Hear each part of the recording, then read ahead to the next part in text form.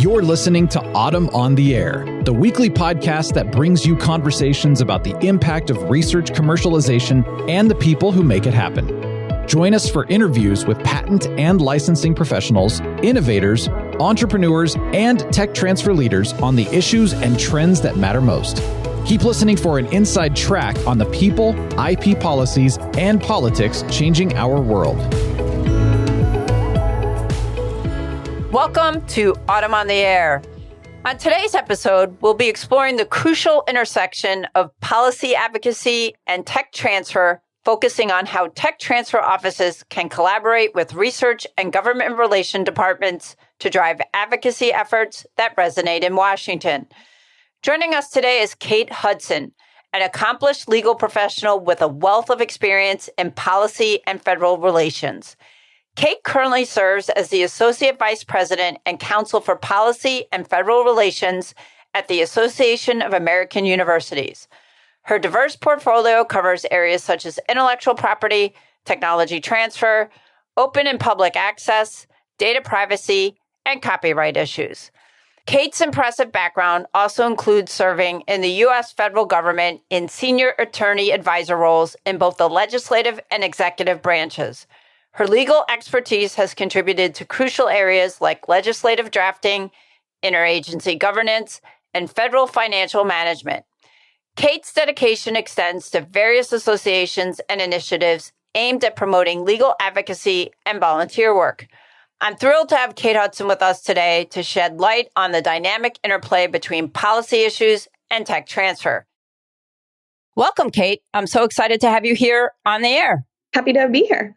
Well, thank you again for joining us today. And we have a lot to talk about. So I wanted to get started by asking you about the vital connection between policy issues and tech transfer.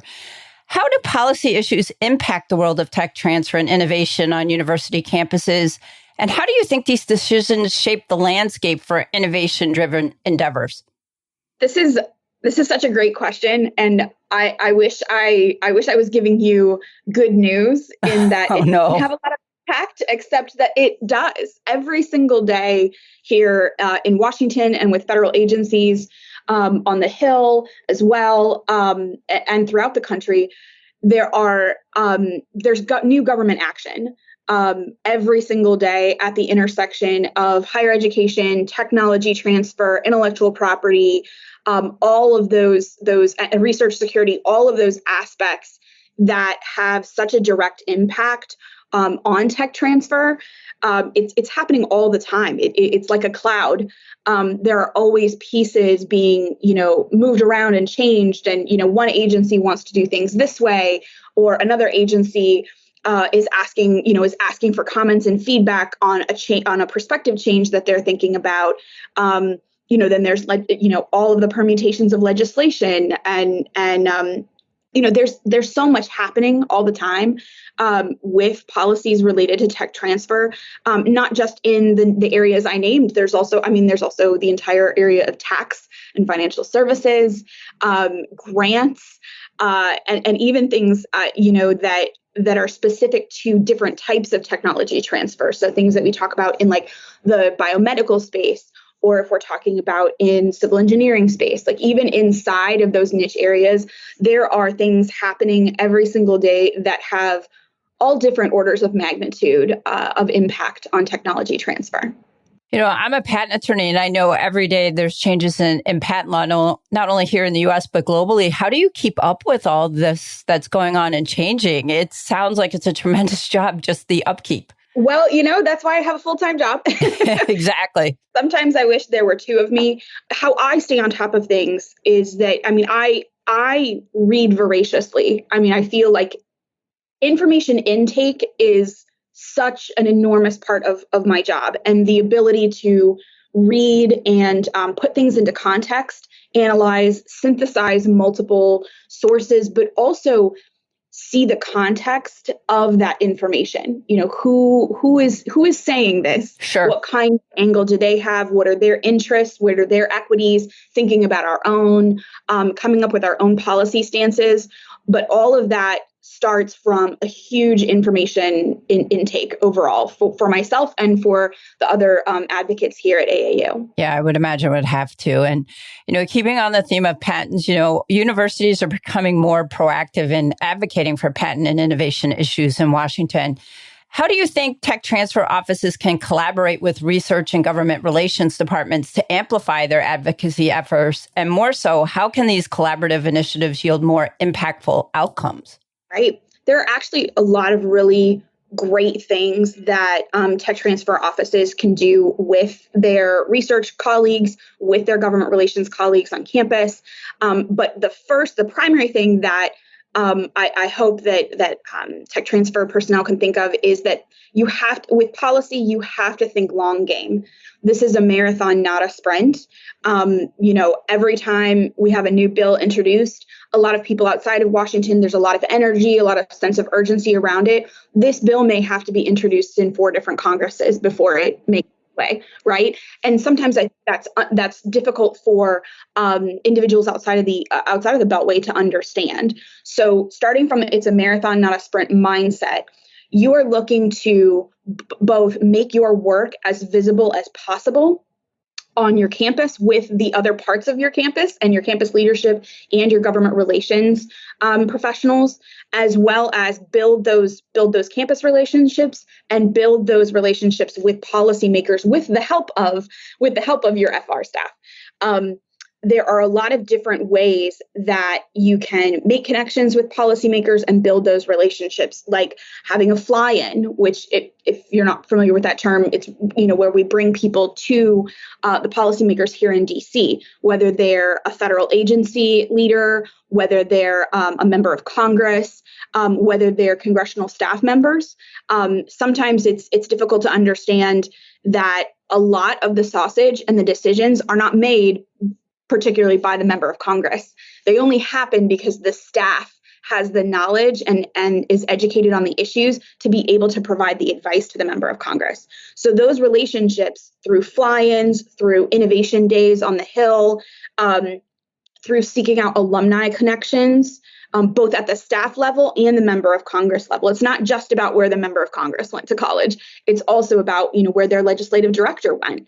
And to craft those relationships, hosting delegations on campus, bringing your congressional delegation to your campus to talk about all of the amazing things that you're doing during their time when they're in their home districts. That's a great idea. That's a great way to really immerse them on campus with everything, and see all the cool stuff. Yeah, absolutely.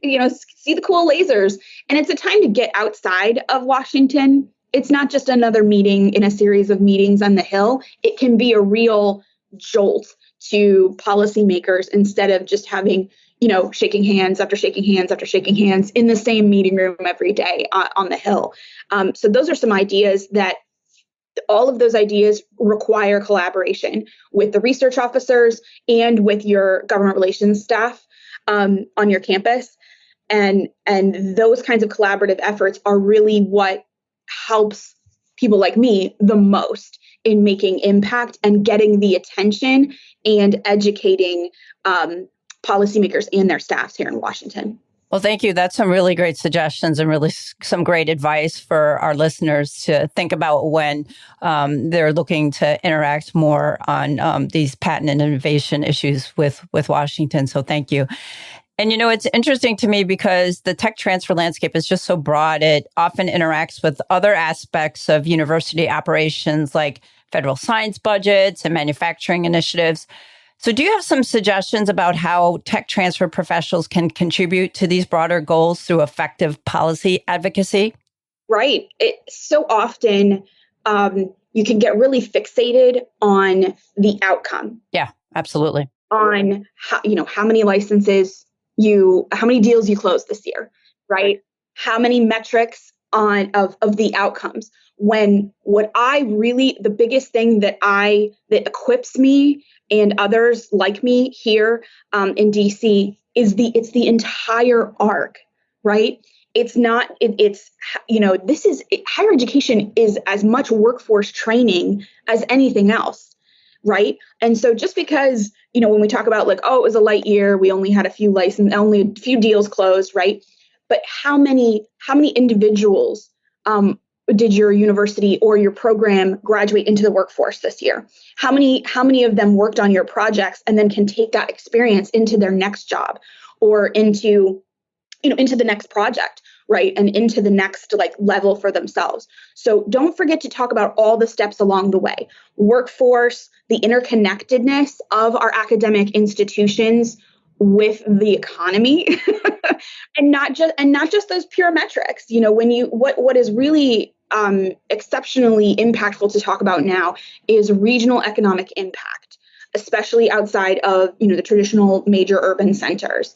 And all of those things, when you look at some of the research around what is the largest indicator of regional innovation, and its number of patents, right? And so talk about patents as a metric of regional economic innovation, right? And talk about how your technology transfer feeds into all different parts of the economy, not just what's right here in front of you, being able to frame your efforts and your work as lifting that entire ecosystem. That's way more impactful.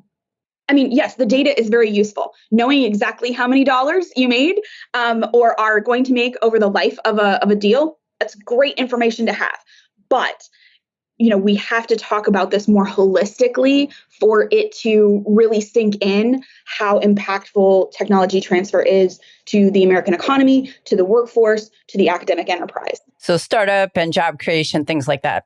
Yeah, those are great. And those are great things to do, to talk about. But you need to talk about it in that context of lifting all the boats. Exactly. Right? Not just a few boats, but how does it impact everything? It's not just the individuals that work at the startup. It's they then buy a house.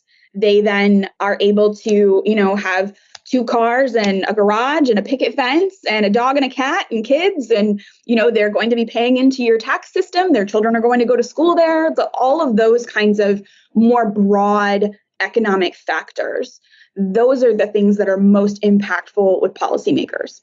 Yeah, and the collaboration doesn't stop there, does it, Kate? And I wanted to move on and talk about how tech transfer professionals can effectively share their passion for innovation with policymakers to help bring the importance of tech transfer to the forefront of their discussions. So, Kate, what would you say and what would you suggest that tech transfer professionals can do to help government relations teams effectively convey the importance of innovation and tech transfer when engaging with these policymakers? Right. Your number one thing is to fight the decentralization culture on our university campuses. It is a product of many years, but I continue to be astonished by how decentralized many universities truly are. And how they're at many times the FR, the FR and the GR staff, they are either DC based and even some of the campus based ones. It's very easy to get caught up in all of the things that happen every day and not focus side of purely that GR work. The single best thing you can do is to build a relationship with your GR shop over time with everybody, not just the head, right? And to build that relationship, to talk about your work.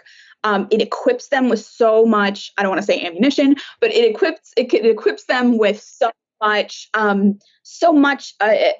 content and anecdotal evidence and things that we can talk about. And it helps them also to identify issues as they happen. So if you have a really good relationship with your government relations staff and they see a bill come through, they will, if they know you and they know your issues, they know what you're working on, and you have that relationship, they will more readily be able to identify issues in regulations that come down the pike, in legislation, in other types of initiatives that are going on.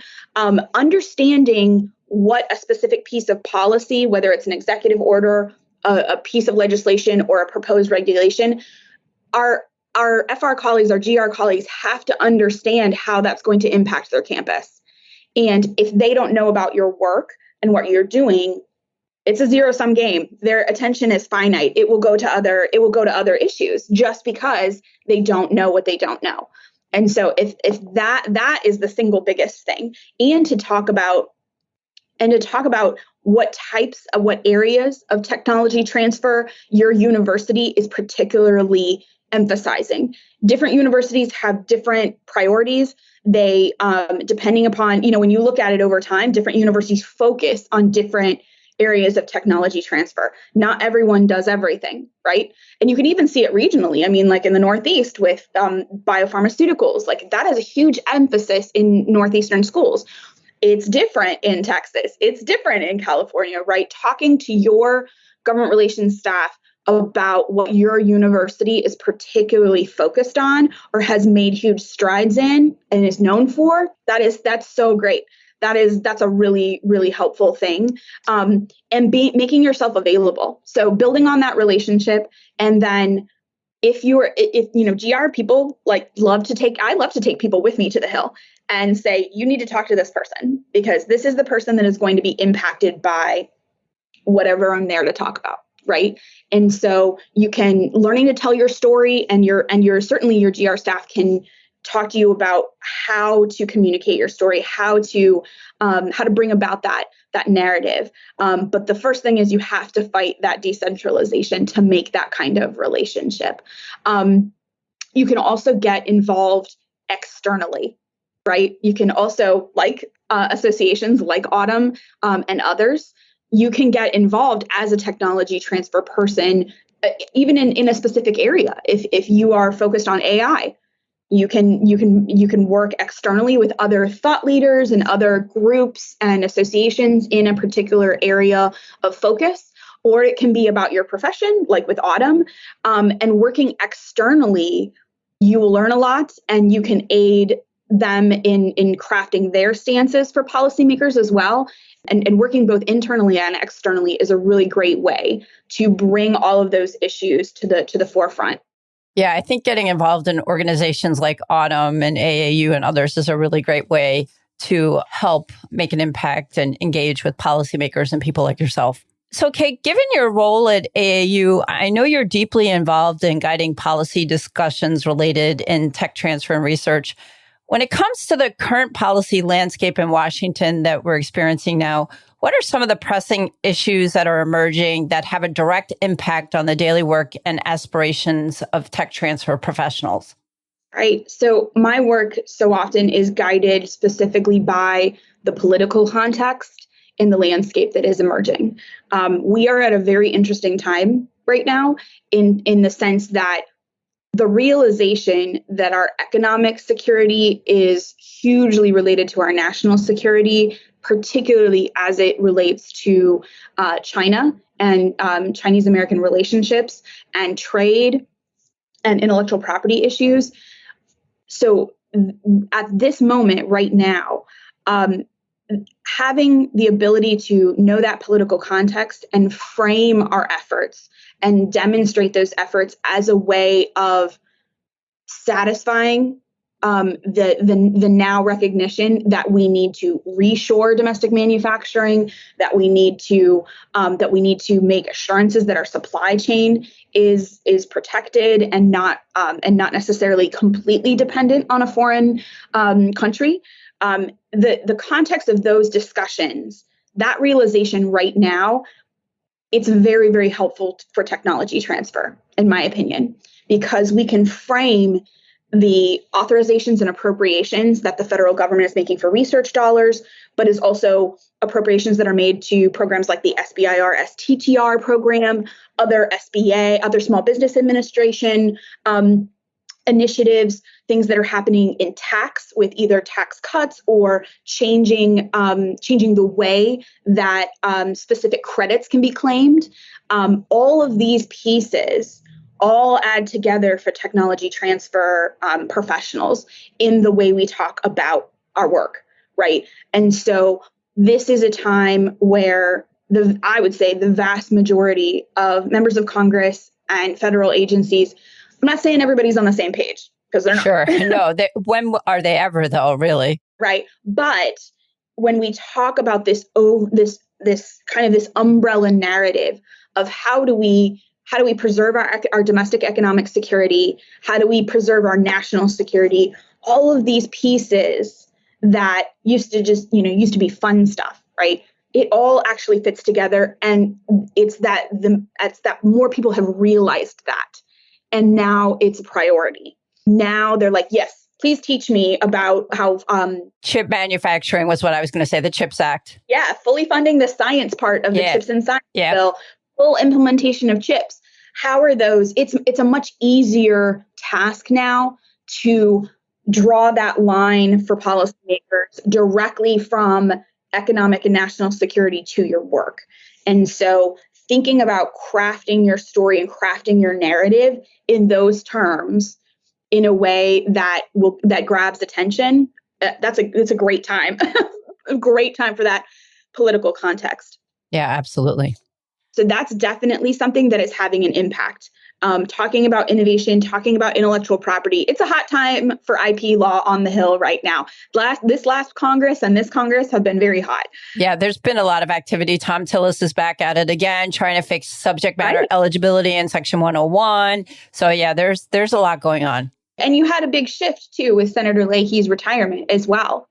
You know, he was definitely a big player, for better or for worse, in the intersection of IP and policy there in DC. And you've had a major shift. But this is a bipartisan issue.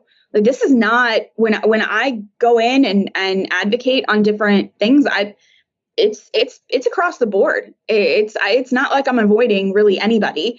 Other than people that have, already proclaimed that they are anti whatever, but there's a lot of appetite for bipartisan solutions to these things in a way that, so few things are bipartisan. Yeah, exactly. And where one area where bipartisanship is, that's a great thing that a lot of these policies, these prospective policies and regulations have going for it. We have a lot of people's attention right now. So, Kate, it's obvious you've played a significant role in supporting legal expertise in a variety of matters that affect research universities. How has your experience in areas like data privacy and copyright issues intersected with the tech transfer landscape?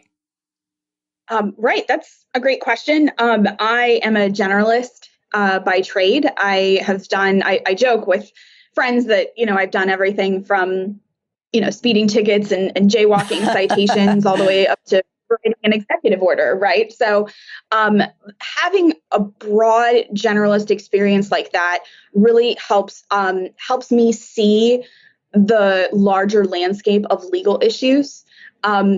We need our specialists, right? We need people who, eat, sleep, breathe a specific type of issue, but we also need generalists who are able to see the larger landscape. I would say in terms of my work here, how my experiences with copyright and data privacy intersects with tech transfer is that these are all very real-time concerns happening for our universities. So, obviously emphasizing tech transfer and working to commercialize and supporting those efforts on campus and, really getting those licensing deals across the finish line is very important. But it's also happening. Nothing happens in a vacuum. It's happening in the context of other policy developments, other massive changes to major research universities like those that I represent, right? So if we're thinking about, for example, data privacy, if a comprehensive federal solution to data privacy gets passed here in the next, I'm going to say 5 years, hopefully, what implications that will have for every single piece of my member universities, because it will touch everything. It's not going to just touch, marketing and recruitment. It's not just going to touch, the data management in our research labs, right? And just maintaining that data. It's going to touch a lot of different things. And so having that kind of larger experience, I'm always thinking about how all of these policy issues are going to interplay specifically for research universities and even more granularly, how that affects the efforts of the technology transfer offices and the research colleagues that they work with. So, Kate, Given your extensive experience, which is obvious based on our conversation so far, you've likely encountered challenges and achievements in shaping policy discussions. Would you mind sharing with us some of your memorable experiences where policy advocacy significantly influenced the tech transfer landscape for the better? Right, absolutely. As it relates to tech transfer, I think a really memorable recent experience for me has been being a resource and providing baseline education on the Bayh-Dole Act and march-in rights. It's a hot topic. Very hot topic. Yeah. Joe Allen and others who have been talking about it. Yes. Joe is very passionate about it, as you know. I'm sure you know him. Yes. And Joe is great. Joe is a great colleague. And it's great to have that institutional memory, someone who was in the room where it happened, right? That is always a great perspective to have as we move into the fifth decade of Bayh-Dole. And so recently, myself and other colleagues, because it's become a hot topic, we have been able to provide that baseline education to members of Congress and their staff about how foundational Bayh-Dole really is. Bayh-Dole is something that people take for granted every single day. They don't know what it is. They don't know what it's called. They don't know that we had to create this mechanism for this policy to exist, right? And without Bayh-Dole, a lot of tech transfer people would not have a portfolio. And a lot of the drugs that a lot of us are benefiting from and our families are benefiting from may not have existed because they would still be sitting on the shelf somewhere. Yeah, absolutely. And so, a really interesting caveat to march-in, and specifically the recent conversations about drug prices, is that my member institutions are enormous consumers of medications, both generic and life-saving and new therapies, therapeutics, diagnostics, medications themselves. They're both consumers of it because we have a great deal of hospitals attached to my member institutions, as well as health systems. But we also are the other side of that as well. We are the researchers. We are the discoverers of the nascent and embryonic technology coming out of this research, right, that then moves towards commercialization. So we occupy both sides of this debate. And that's what I like to stress to policymakers, is that we are not just one side of this equation, we are both of them. And so for us, we have provided that education to them, understanding how we go from, an initial research study to you pulling an over-the-counter medication off of the shelf, right? What happens in between that? 10, 15 years and billions of dollars, yes. Exactly. The vast majority of Americans do not understand the legal foundation that's underneath that. It is very on vogue right now to call for march-in rights on drug as a mechanism for possibly lowering drug prices.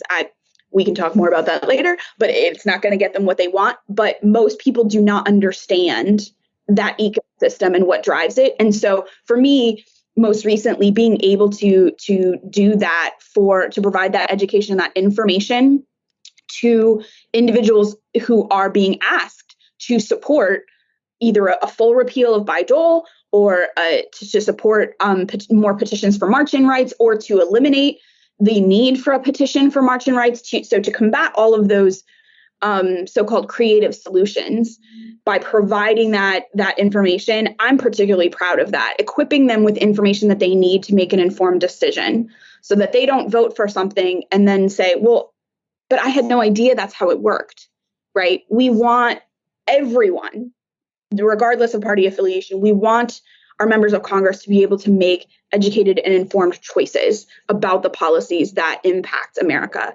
And being able to provide that information, I'm very proud of that, regardless of whether the member of Congress actually eventually agreed with our stance or not. But they have that knowledge and they're equipped in their informed decision making. So that's something that I am taking with me for the future. And you should. And thank you for your efforts in that regard, because there continue to be challenges after challenges on march-in rights and Bayh-Dole. So it seems to be the topic that never goes away. Yeah. And the sausage is made in real time. I've definitely taken a staffer's call at 11 o'clock at night, the night before a hearing. I have absolutely done that because they need it right then. The member has a question and they need it right then. And so that knowing how important that is, that's a big impact for me and for my organization. And that's what we're here for. Absolutely. Again, thank you for your efforts in that regard. And, I want to go back to intellectual property. We've talked about it a little bit so far during the podcast, and obviously it plays such an impactful and pivotal role in tech transfer. How do you see the evolving patent landscape impacting the flow of ideas from academia to the marketplace? Yeah, there's been a lot of movement in IP policy, both at the agency level and prospective legislation. The most, I think, since the AIA was passed in 2011, quite frankly. So we're reaching another tipping point here, over a decade later. I think that there's a real schism in how people view the future and the strength of our IP system. People do not, actually, another thing that the general population does not know or appreciate is that the strength, predictability, and reliability of the U.S. intellectual property system is so unique. I mean, other countries are even now attempting to replicate it because strong, reliable patents help all of these efforts of moving from the initial discovery to the marketplace. We have to have strong intellectual property protections in place. And a lot of practitioners especially get lost in the weeds of the process of the administrative law process of the Article 3 courts and the judiciary process, when what we should be really doing is seeing the forest for the trees, right? How does this look overall? And we are not the only game in town anymore. The United States is not the only game in town anymore for patents.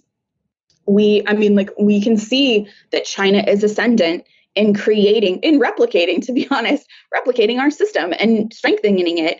And I mean, even research that was released this morning talked about how much progress they've made in terms of their infringement damages actions, their ability to issue injunctions, things that we are faltering on.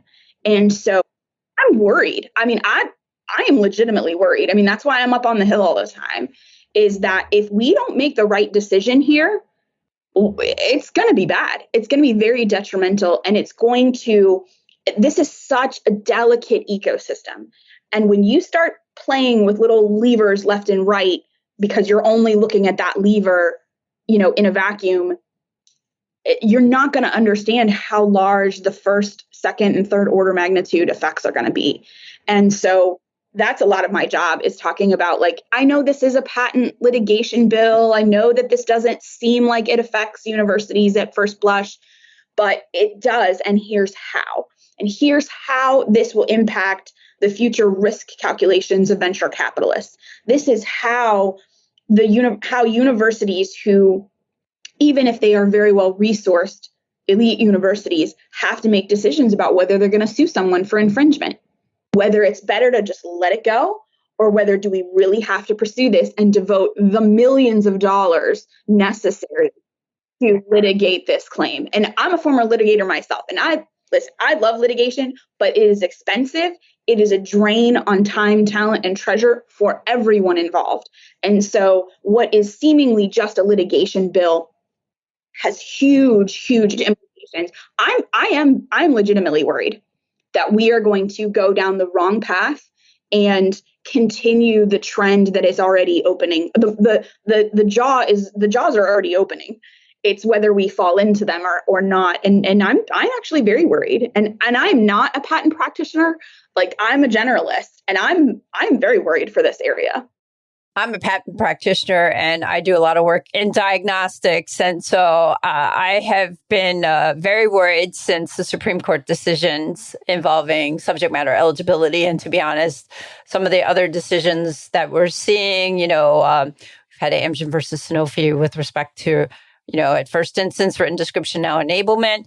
It is a very worrisome time, particularly in the life science space. And then you have everything that's going on at the PTAB and things like that. So you're spot on. It's a very, we're at a precipice, I think, and it's where do we go from here? What it really shocks me about some of these discussions, especially with like the current climate and this focus on patent litigation, is that patent litigation is just allowed to behave in different ways than any other form of litigation is allowed. I have practiced before administrative tribunals, the federal courts, state courts in, 3 different courts, like it's 3 different states. Like the allowances that have evolved are just, to me, I know this is probably not a popular opinion, are asinine. It's a unique beast. Yep. You cannot get injunctive relief. Like that's absolutely mind blowing to me. And I think that we have really gotten off track in terms of the baseline constitutional principles, but also the intersection with the Article 3 judiciary. I think we have really gotten off track. And I say that as a former federal employee and a former litigator outside of government. I think we've really gotten off track. But that's my soapbox. Yeah. And I'm going to move on because you and I could go on for hours talking about this topic. We'll save it for another time. I want to turn back to policy advocacy because it's an area that's always evolving. And so what strategies do you recommend for tech transfer professionals to stay updated on the latest policy developments and then be able to effectively communicate those updates to their respective institutions? Right. Yeah. I mean, the internet is a wonderful tool, right? So there are a lot of news outlets that are specific to this area. They have listservs, they have mailing lists, like just going out and looking at who is reporting on these issues, right? Google an issue that you're curious about and see who is talking about it. See who's talking about it on Twitter. Twitter, obviously, the best and worst of humanity we see on Twitter, to be honest. But a lot of people share papers and resources and other kinds of really informative pieces on there. And it can lead you further down the garden path of finding more reputable sources and things like that to inform yourself about those updates. I always tell people, look for the niche news and blogs, subscribe to the relevant agencies, the agencies that you intersect with the most. They all do newsletters. They all do press releases. They all have Twitter handles. Subscribe to them. It's free. It's free content. It's easy. There are a myriad of associations in any given area, both on the professional level, the issue area, and then a lot of them are very specific, like the National Academy of Inventors is great if you are in that space. They talk about all of these issues that pertain to inventors across the board, not just a specific type of inventor. Associations like my own, we put out information every single day on what's happening in Washington, and that can be delivered straight to your inbox. You don't have to go hunting for it. Paying attention to your congressional delegation. They also have most of them have Twitter handles. They issue press releases. You can see where are they visiting in your district? What are they focusing on? All of those kinds of passive pieces of information can help you get more immersed in this and to stay up to date on it. A lot of the relevant associations and orgs that this is like for me, like this is my full-time job. A notice of proposed rulemaking, I'm absolutely pushing that to my members. If I think it's something that they need to comment on, I am pushing that to them and say, please take a look at this. Tell me how this is going to impact you specifically, something you're working on or something you've worked on in the past. So those kinds of passive interactions can help inform individual tech transfer personnel, and they can learn more about what's happening in this space and also get involved. Like that tails back to our previous question about how to get involved. Just taking in more information and being aware of the context outside of your university, those will lead to greater amounts of knowledge and involvement and engagement. Thank you. Those are some great suggestions. And I want to go ahead now and move from a micro to a macro perspective and ask you about how policy advocacy and tech transfer can contribute to the broader national innovation ecosystem and help foster economic growth. Right. I think my comments earlier about framing your work definitely play into this. When I talk to people about the innovation ecosystem, right? There's three pillars. For me, there are three pillars of it. There's government action and government policy. There are the academic research enterprise and technology transfer and private sector, right? Talk about the three-legged stool. One cannot do it without the other. We have to have all three. All three play a very different role. They're not going to behave the same. They don't need the same incentives. They don't have the same role. So viewing them as both individual pieces of this ecosystem, but also that no one can work without the other, right? We all need each other. And so talking about how your work frames into that ecosystem is a really great way to talk about the contributions overall to our broader economic growth nationally, both domestically, but also continuing, how do I say this? Continuing the innovation dominance that the United States has had for many decades. We have a lot of competition, and it's easy to become reactionary and try to shut things down when what we should be doing is leaning into those three pillars, leaning into it. And so the broader national context and international context, to be honest, like looking at how your work writ large, not just the outcome of the research, not just how this singular technology is going to advance our society, but the whole work is all part of that national innovation ecosystem. And it's not just startups. It's not just, it's not just little and big tech. It's everything. It's agriculture. It's software, it's agriculture, it's engineering, it's infrastructure. It's all of these different pieces. It's when you use the innovation buzzword, people immediately think of like startups and technology in Silicon Valley. And to be honest, that doesn't pull well with everybody. No, not really. Well, Theranos has been in the news for the last few years, and I think it's left a bad taste in a lot of people's mouths, let's face it. It has, but when you talk about research and discovery and moving something to commercialization that could improve the American ability to have higher crop yields so that we have to import fewer perishable goods, right? And how we can, other ways to secure our supply chain and reshore parts, if not all, but parts of our domestic manufacturing. When you talk about those kinds of things, when you talk about your work, those are very interesting to people, especially right now. So being able to talk about your work as it advances the policy advocacy, whether you're opposed to a policy or for a policy, right? So many times in my job, it's not what I get past. It's not what I help get past. It's what I prevent from getting past. Yeah, absolutely. And I think that's hard for people to understand. Since they don't see it, they don't know what's been avoided. So thank you for doing that, because I can only imagine what you see that doesn't get passed or change. Yeah. Yeah, changing the opinion on something. I mean, it a lot of times it's what you don't see. Absolutely. And that's why the work you do is so critical. So, Kate, as the podcast comes to a close, I wanted to ask you, what advice would you offer to tech transfer professionals who are keen to make their voices heard on policy issues? And how do you think they can effectively contribute to the advocacy undertaken by their respective institutions? Yeah, they have to get visible. They have to get visible both on their own campuses and externally, to be honest.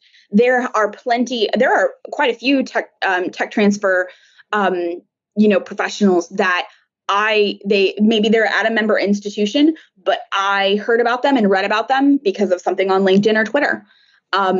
They can, becoming a thought leader or at least being visible about your work.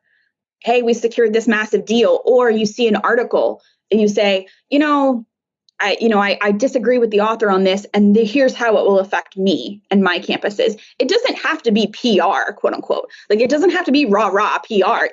Even having a contrarian opinion to something is very helpful in demonstrating that maybe other factors have not been examined in research, or the journalist failed to take into account other factors. That happens quite a bit.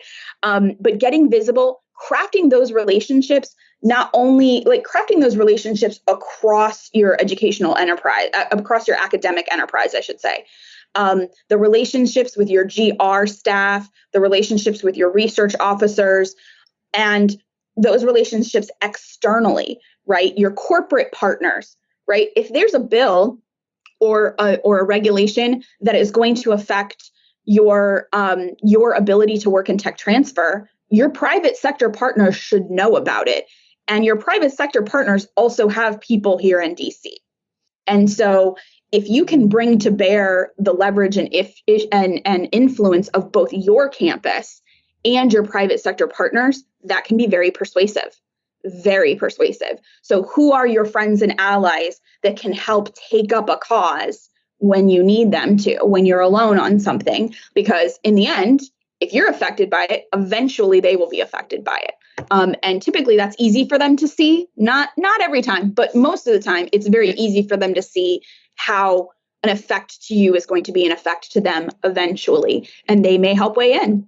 So getting that visibility and crafting those relationships, and just be loud about your work. Be loud and great about it. Like be really, like, I know a lot of people are uncomfortable with that, but like leverage social media and be loud about your work, and the visibility will come to you. The interactions will come to you. Hey, can I pick your brain on this? I'm struggling with this regulatory, issue that's popping up. You could get contacted by, an agency policymaker who's just, I'm struggling to write this regulation. Can you help me? That's great. And that kind of interaction is priceless. Like, that's absolutely priceless, to be able to shape it that way, to help them, give them the information that they need so they understand the impact before a policy is enacted. That's priceless interaction. Well, again, thank you for the great advice. And thank you, Kate, for being on the podcast today and for sharing your extensive insights into the world of policy issues and tech transfer. This has been an absolute pleasure. Thank you so much for having me. I really appreciate it. Thanks for listening to Autumn on the Air with Lisa Mueller. Get social with us and share your thoughts. You can tweet us at AUTM or visit us online at AUTM.net. We'll be back next week on the air. Be sure to join us.